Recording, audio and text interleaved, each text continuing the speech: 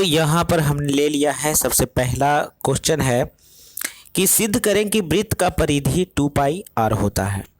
यानी वृत्त का परिधि जो है 2 पाई आर कैसे होता है, वही हमें सिद्ध करना है। तो चलिए सबसे पहले इसको सिद्ध करने के लिए हम क्या करते हैं कि यहाँ पर हम चलेंगे पाई की परिभाषा से, पाई की परिभाषा से चलेंगे। यानी पाई की परिभाषा से। तो पाई का परिभाषा क्या होता है? तो पाई का परिभाषा होता है किसी वृत्त की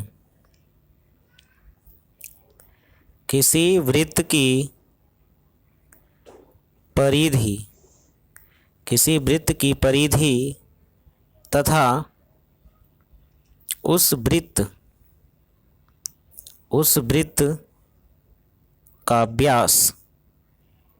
वृत्त का व्यास का अनुपात पाई कहलाता है। तो जैसा कि हमने यहाँ पर डिफिनेशन में लिखा कि हम पाई किसे कहेंगे, तो पाई कहेंगे इसे यानी वृत्त की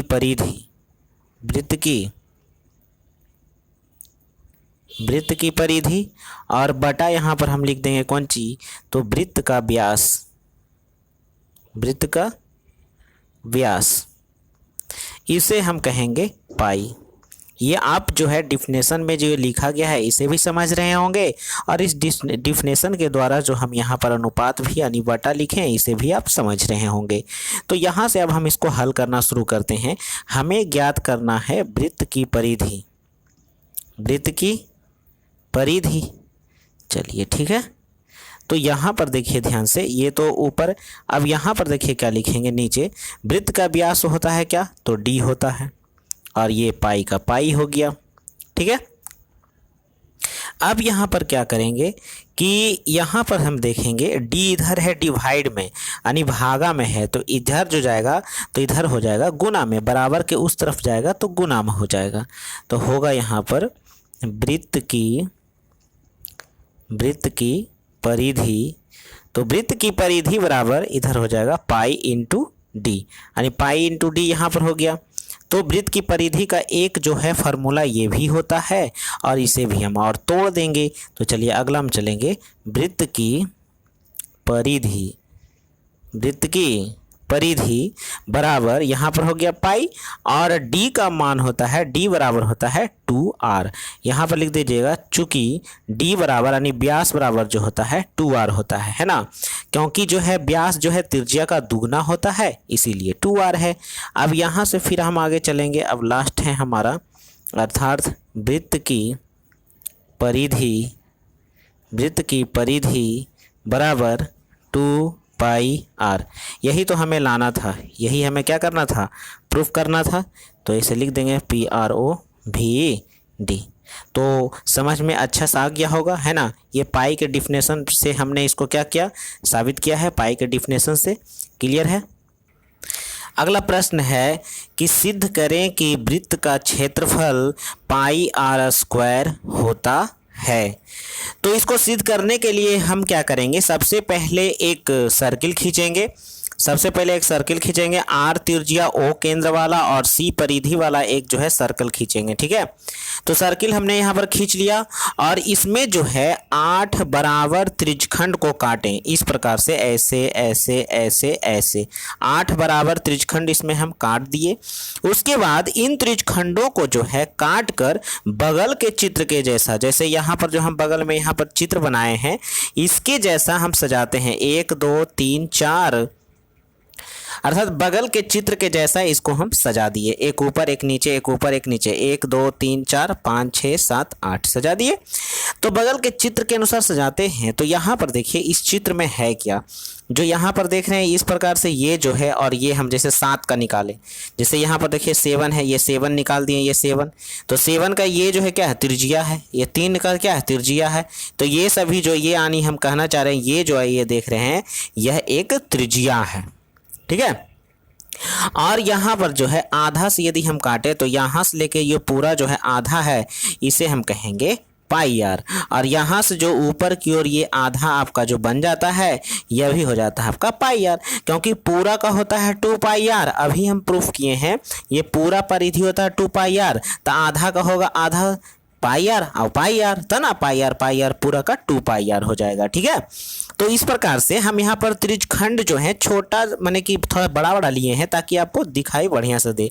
यहाँ पर चाहे तो और भी छोटे छोटे त्रिज्यखंड इसको काट सकते हैं और भी छोटा इसको ले सकते हैं, तो जिसके कारण से एक समय ऐसा आएगा कि बहुत छोटा त्रिज्यखंड यदि हम ले लें तो ये जो है ये भुजा देख रहे हैं यहाँ 8 से लेके 5 तक, 8 से लेके कहाँ तक दिया गया है 5 तक यहाँ पर दिया, तो 8 से लेके 5 तक है, देखिए 5 से लेके 8 तक यहाँ पर देख रहे हैं, तो ये है पाई आर।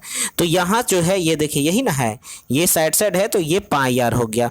तो ऊपर में भी 1 से लेके 4 तक है, क्या है ये पाई आर आपका हो गया भुजा, और ये वाला आपका त्रिज्या होगा।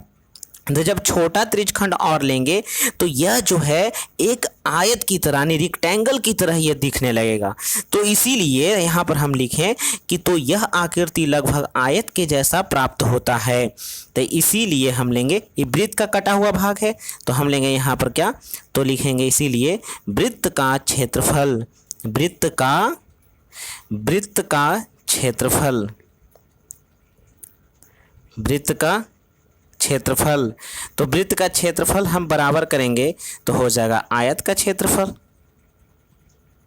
आयत का क्षेत्रफल मतलब आयत के जैसा जो आकृति हमें मिला उसका एरिया हम निकाल लेंगे। तो आप बताइए आयत का क्षेत्रफल होता है L इंटू बी। अब L इंटू बी होता है तो यहाँ पर L है, ये L है और ये B है, इसको B मानिए इसको L मानिए। तो L के स्थान पर हम क्या रखेंगे पाई आर, और बी के स्थान पर हम क्या रखेंगे तो सिर्फ आर रखेंगे। तो आपका एरिया हो जाएगा पाई आर स्क्वायर, जो हमें आया क्या, तो हमें आ गया वृत्त का क्षेत्रफल। तो हमें यही जो है क्या करना था, तो इसे ही हमें प्रूफ करना था, PROVED। यहाँ पर देखिए किस प्रकार से हम जो है त्रिज्यखंड को एक बार काटे और त्रिज्यखंड को काटने के बाद जो है इसे हम उसी को 8 बराबर भागों में काट कर अलग कर दिए और यह आयत के जैसा लगने लगा। तो आयत का क्षेत्रफल होता है लंबाई गुने चौड़ाई, तो लंबाई गुने चौड़ाई के अनुसार हम यहाँ पर भर दिए मान, और यहाँ पर क्या होगा पाई आर स्क्वायर। तो इस प्रकार से वृत्त का क्षेत्रफल हम लोग प्रूफ कर लेंगे।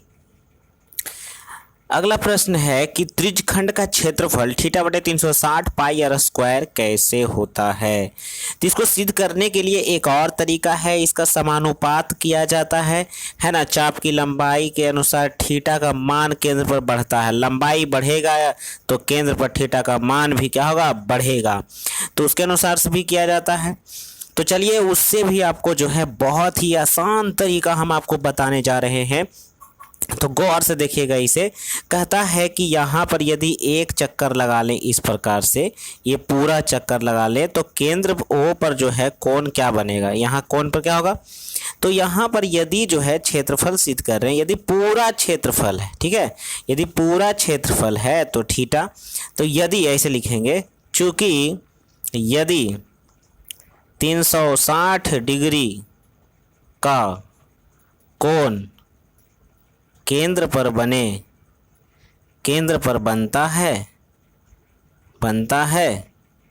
तो क्षेत्रफल माने किसका, तो वृत्त का क्षेत्रफल, तो वृत्त का क्षेत्रफल क्या होगा, तो पूरा एक चक्कर ना हो जाएगा, तो एक चक्कर का ही पूरा क्षेत्रफल क्या होगा पाई आर स्क्वायर। ठीक है, तो इसीलिए हम यदि कहते हैं कि नहीं 1 डिग्री का कोण बनता है ना, केंद्र पर कितना डिग्री कोण बनता, 1 डिग्री का कोण बनता, तो 1 डिग्री का इस पर यदि कोण बनता तो बताइए कि इसका क्षेत्रफल क्या होता।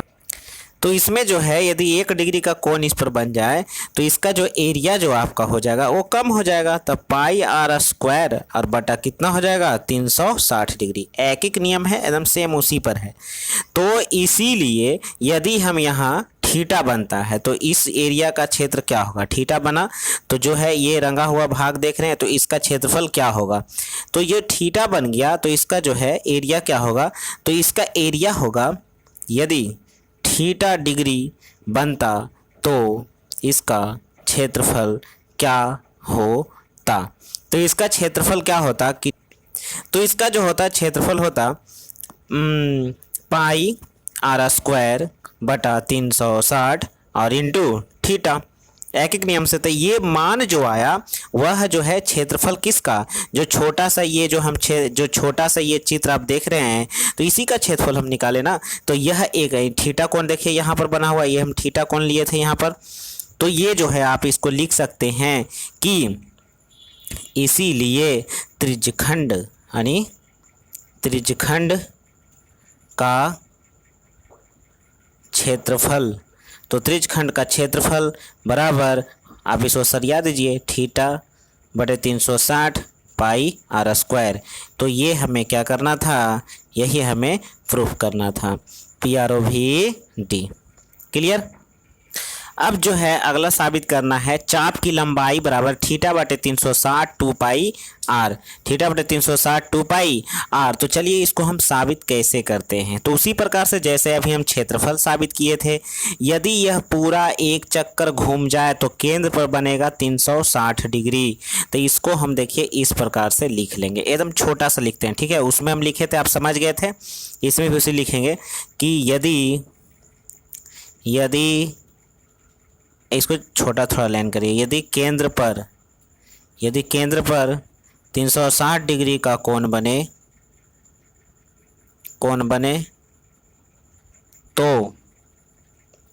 तो चाप की लंबाई बराबर क्या होगा, 2 पाई आर, है ना। पूरा यहाँ से एक चक्कर मार लेगा तो पूरा लंबाई क्या हो जाएगा, 2 पाई आर, यानी इसको पूरा परिधि इसको कहते हैं। यदि केंद्र पर 360 तो पूरा लंबाई हो जाएगा 2 पाई आर। तो यहाँ से लिखिए यदि केंद्र पर 1 डिग्री का सिर्फ कोण बने, तो 1 डिग्री का सिर्फ कोण बनेगा तो कम हो जाएगा, तो 2 पाई आर अब बटा हो जाएगा कितना जी, यानी यहाँ से आपको थोड़ा सा नहीं दिख रहा है तो इसको इधर थोड़ा सा कर लेते हैं, अब आपको दिखा। तो यहाँ पर हो जाएगा 2 पाई आर अब बटा 360 डिग्री, क्लियर है।